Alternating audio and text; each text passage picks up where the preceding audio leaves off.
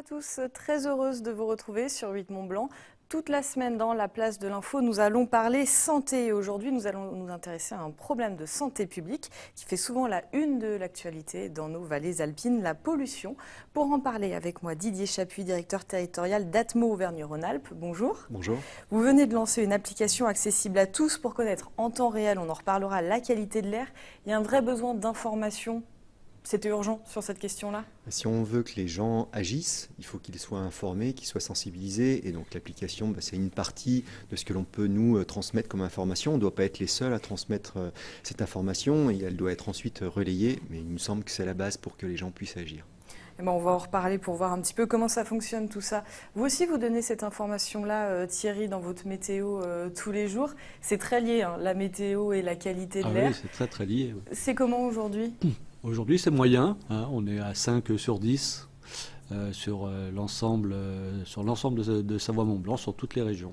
Donc moyen, pastille orange. On a un petit système de pastilles vert, orange, rouge qui correspondent d'ailleurs à la girafe du site internet.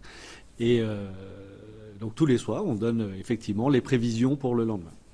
Et du côté de la météo? Et du côté de la météo, on donne aussi les prévisions pour le lendemain. Et voilà, et donc on a, pour parler de la semaine, Oui. puisqu'on est en début de semaine, enfin sur le reste de la semaine, et surtout le week-end de Pâques. Donc ce sera assez mitigé, ce ne sera pas franchement du grand beau temps, mais pas franchement du mauvais temps non plus. Température un peu moins élevée que le week-end dernier, mais il faut dire que c'était quand même assez exceptionnel. On a battu les records pour un 8 et 9 avril sur Chambéry, par exemple, des records qui dataient quand même de 1981, donc c'est pas mal. On n'a pas battu le record du mois d'avril, qui est quand même assez élevé, à plus de 27 degrés, donc on en est encore un petit peu loin. Il va falloir qu'on travaille un petit peu pour qu'on y arrive, hein, si on veut y arriver. Mais voilà, la semaine sera plutôt dans l'ensemble agréable. Ok, merci, on en reparle tout à l'heure. Et puis Olivia Boisson, vous êtes avec nous toutes les 2 semaines, vous venez présenter votre chronique économie. Donc là, c'est pareil, ça va être en lien avec la pollution, Oui. parce qu'il y a un vrai coût, que ce soit sanitaire, économique, environnemental, à cette pollution. Exactement, et c'est un coût qui n'est pas des moindres, hein, on le verra. Et je me suis intéressée donc à plusieurs coûts, forcément le coût financier, l'aspect financier, mais aussi les coûts psychologiques et les coûts environnementaux, puisqu'il n'y a pas non plus que les dépenses pour la pollution, il y a aussi tout ce qui va derrière. Eh ben, on verra ça tout à l'heure. Merci beaucoup à tous les deux, on se retrouve tout à l'heure. C'est la place de l'info.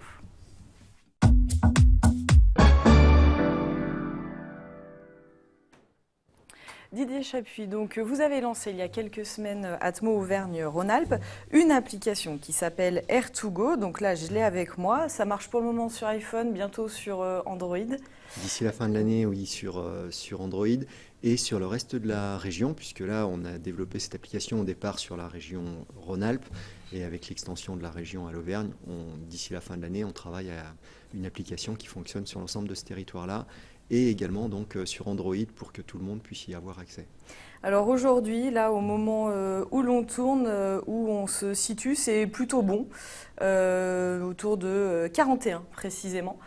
Comment ça marche, cette application? Parce qu'elle est censée donner la qualité de l'air en temps réel. En temps réel et surtout à l'endroit où on se trouve. C'est ça la particularité de cette information, c'est-à-dire que jusqu'à présent, on utilise 90 stations sur l'ensemble de la région Auvergne-Rhône-Alpes et on a une information dans les villes, dans les territoires où on a ces stations de mesure. Et pour nous, c'était très important de pouvoir donner une information sur la qualité de l'air sur l'ensemble du territoire et pas seulement là où il y a des stations de mesure. Donc on utilise bien sûr les différentes stations de mesure, mais on utilise aussi la modélisation, un outil informatique qui nous permet d'évaluer quelle est la qualité de l'air sur chacun des points du territoire. Et donc quotidiennement, on fait un calcul où on a 45 millions de points différents sur la région Rhône-Alpes. Et pour chacun de ces points, un indice de qualité de l'air différent. Et cet indice de qualité de l'air, en fait, c'est l'agrégation des 3 principaux composés qui sont réglementés et que l'on contrôle dans l'environnement, le dioxyde d'azote, l'ozone et les particules fines qui sont souvent pointées du doigt parce que les concentrations sont importantes en période hivernale. Vous avez parlé de modélisation, ça veut dire que la qualité de l'air, elle dépend du lieu où on se trouve, s'il y a une route à proximité, s'il y a beaucoup d'immeubles. Quand on parle de modélisation, de quoi on parle très précisément? Alors, exactement, c'est bien intégrer toutes ces informations-là, c'est-à-dire d'une part tout ce qui est rejeté comme pollution. Donc il faut connaître précisément qu'est-ce qui est rejeté par les véhicules, qu'est-ce qui est rejeté par le chauffage, qu'est-ce qui est rejeté par les industries, les activités économiques de manière générale. Donc connaître très précisément qu'est-ce qui est rejeté à chacun des endroits de la région.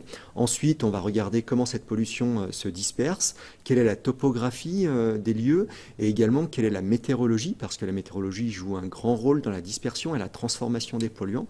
Et donc ça, c'est intégré à notre modèle qui nous permet ensuite de restituer une cartographie sur chacun des points du territoire. Donc c'est d'intégrer toutes ces informations.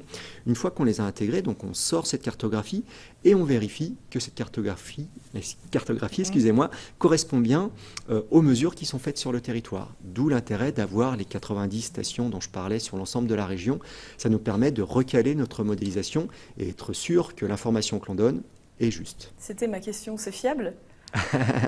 Alors, bien sûr que la modélisation, c'est une incertitude qui est un petit peu plus importante qu'un appareil de mesure qui est implanté à un endroit avec des techniciens qui vont aller très régulièrement contrôler les appareils.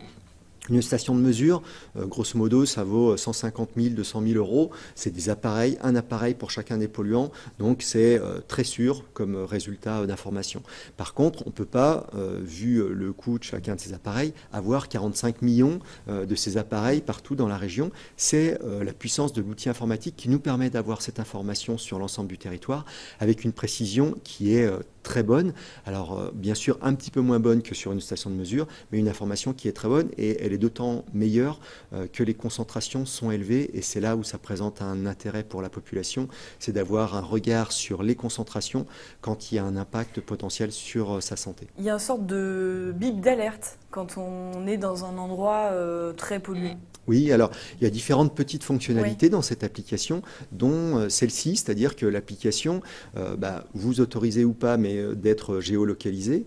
Et quand vous êtes géolocalisé, en fonction de l'endroit où vous vous trouvez, si vous rentrez dans une zone qui est effectivement déclarée en zone de pollution, eh bien vous allez avoir une petite alarme sonore pour vous dire, voilà, vous rentrez dans une zone de pollution, ne serait-ce que pour adapter votre comportement et également prendre des précautions. Quand il y a un épisode de pollution, certains territoires, la circulation est réduite. Donc voilà, vous savez à partir de ce moment-là que vous pouvez agir pour essayer de résorber un épisode de pollution. Ça veut dire par exemple que si on veut aller courir, on peut utiliser cette application pour voir où l'air est le plus sain. Alors ça, c'est aussi un autre volet, effectivement, de cette application, c'est de donner la qualité de l'air là où on se trouve. Donc dès lors que vous l'allumez, vous avez l'information là où vous vous trouvez.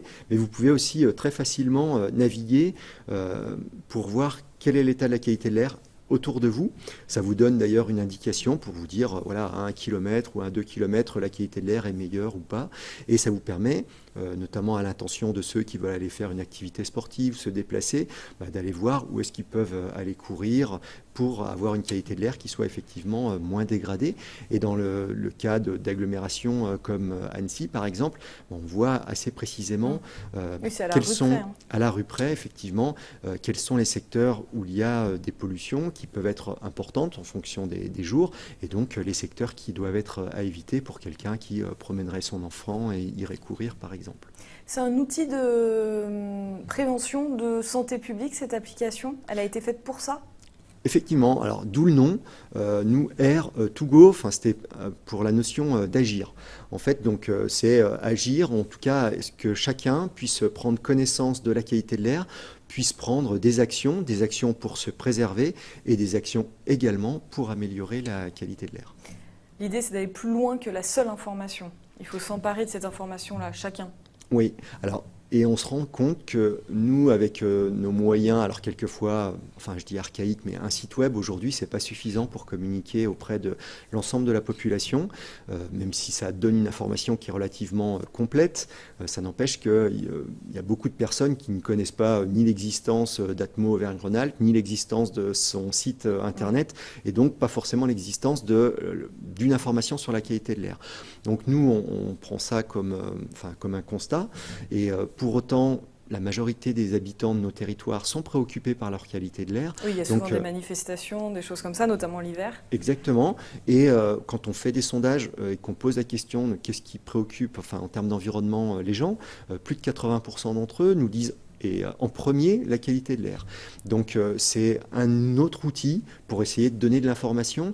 Et cet outil, on compte aussi finalement sur la population, c'est-à-dire les gens qui ont cette application, quand ils vont dans leur club de sport, se dire oui, mais tu as vu dans quelle situation on est, ou au contraire la qualité de l'air aujourd'hui est bonne. Donc c'est aussi pas seulement que Atmo Auvergne-Rhône-Alpes passe les messages, mais que chacun, avec son téléphone, puisse être un relais de cette information. Merci beaucoup. Donc, je rappelle le nom de cette application, c'est Air2Go, disponible chez Apple et bientôt chez Android. Merci. Et puis bientôt aussi élargi à l'ensemble de la grande région Auvergne-Rhône-Alpes. Merci d'être venu sur le plateau de la Place de l'Info. Dans un instant, on retrouve Thierry Paulme et Olivia Boisson pour la deuxième partie. À tout de suite.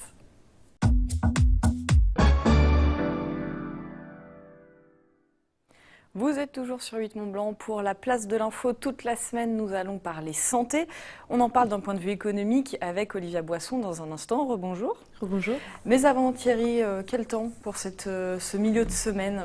On va retrouver du soleil après cette journée de mardi un peu plus mitigée. Donc le soleil devrait revenir pour ce mercredi, comme on le voit sur les cartes, avec quelques petits nuages, mais rien de bien méchant. Température assez agréable, comprise entre 18 et 21 degrés l'après-midi. Ça reste encore un petit peu au-dessus des normales saisonnières.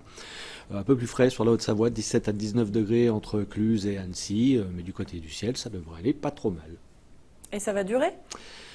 Oui, alors la deuxième partie de cette semaine sera sèche, alors on aura plus ou moins de nuages suivant les jours. La température va baisser un tout petit peu, mais on restera quand même dans de bonnes valeurs. Et le week-end de Pâques s'annonce à se mitiger, mais dans l'ensemble plutôt agréable. Et on n'attend pas de froid, ni de chaud d'ailleurs. Ce sera ni un Noël au balcon, ni un Pâques au balcon, ni un Pâques au tison. On va pouvoir chasser les œufs dans le jardin sans parapluie. Il ne devrait pas y avoir de problème. Merci bien Thierry. Olivia, vous vous êtes intéressée à la pollution, puisqu'on en parlait avec notre invité Didier Chapuis. Mais d'un point de vue global, on comprend l'aspect problème de santé publique, mais c'est plus large que ça. Exactement. La pollution de l'air, elle a plusieurs coûts, comme je disais en première partie. Coûts financiers, psychologiques et environnementaux. On va commencer par les coûts financiers. D'abord, il faut savoir que la pollution atmosphérique, chaque année en France, elle fait 50 000 morts. Donc on commence par ce constat. Ça coûte donc des vies, mais aussi beaucoup d'argent. J'ai vu sur le site de l'Association nationale pour la prévention et l'amélioration de la qualité de l'air que les coûts sont estimés à environ 32 milliards d'euros par an. Alors ce sont juste les coûts humains, donc ça regroupe les réparations comme les arrêts de travail, les hospitalisations et les décès, et encore tous les coûts extérieurs comme au niveau de l'architecture par exemple, quand il faut repeindre les façades, etc., puisque la pollution ravage, on va dire, un peu tout ça. Ensuite, il y a les coûts psychologiques. Plus de 54% des Français estiment que les transports sont la première cause des répercussions sur le sommeil. Donc ça a un impact sur la concentration, sur la vie de tous les jours. Et ensuite, les coûts environnementaux. Donc l'ONU, les Nations Unies, avaient expliqué le cas des abeilles en 2011 déjà, donc c'est pas nouveau. Ce sont des insectes vitaux indispensables pour la production naturelle, pour notre nourriture, entre autres. Et le rapport avait cité que l'abeille est affectée mortellement par cette pollution de l'air. Et je cite le rapport, « Le déclin des abeilles risque de devenir potentiellement désastreux si les hommes ne changent pas profondément leur mode de vie, l'utilisation des insecticides en passant par la pollution atmosphérique. » L'ONU rappelle également que c'est l'humain qui est dépendant de la nature et pas l'inverse. Oui, et puis notre invité nous disait qu'il y a les sénateurs aussi qui se sont penchés sur la question, notamment dans la vallée de l'Arve. Et eux, ils établissent à beaucoup plus le coût de la pollution. À 100 milliards, justement, à peu près d'euros, il me semble. Et justement, pas que les coûts des impacts sur nous, mais aussi surtout tout ce qui nous entoure, quoi. Donc c'est vraiment c'est impressionnant. Thierry, vous regardez, quand vous préparez la météo, très régulièrement la qualité de l'air, tous les jours. Cet hiver, ça a été mieux ou moins bien ? Bah, on a eu des pics globalement. de pollution cet hiver, beaucoup. Donc c'était moins bien dans l'ensemble. Voilà, même si ça reste souvent très centré sur la vallée de l'Arve ou la vallée de Chamonix ou dans la vallée de la Maurienne. Et encore, la vallée de la Maurienne a été plutôt épargnée cet hiver. Mais vraiment, la vallée de l'Arve et la vallée de Chamonix ont été très impactées. Et surtout sur des longues périodes. Voilà, d'habitude, c'est vrai qu'on a souvent des pics de pollution, mais ça passe et puis ça revient. Là, c'était sur une longue période, plus de 35 jours, Oui, 35, ouais, c'est 36 ça. jours. Ouais. Donc c'est énorme. Donc non, je pense que cette année, bon, je suis pas spécialiste non plus dans la qualité de l'air, donc je ne veux pas prendre la place de M. Chapuis. Mais globalement, je pense que l'hiver a été pas très bon au niveau de la qualité de l'air. Ouais.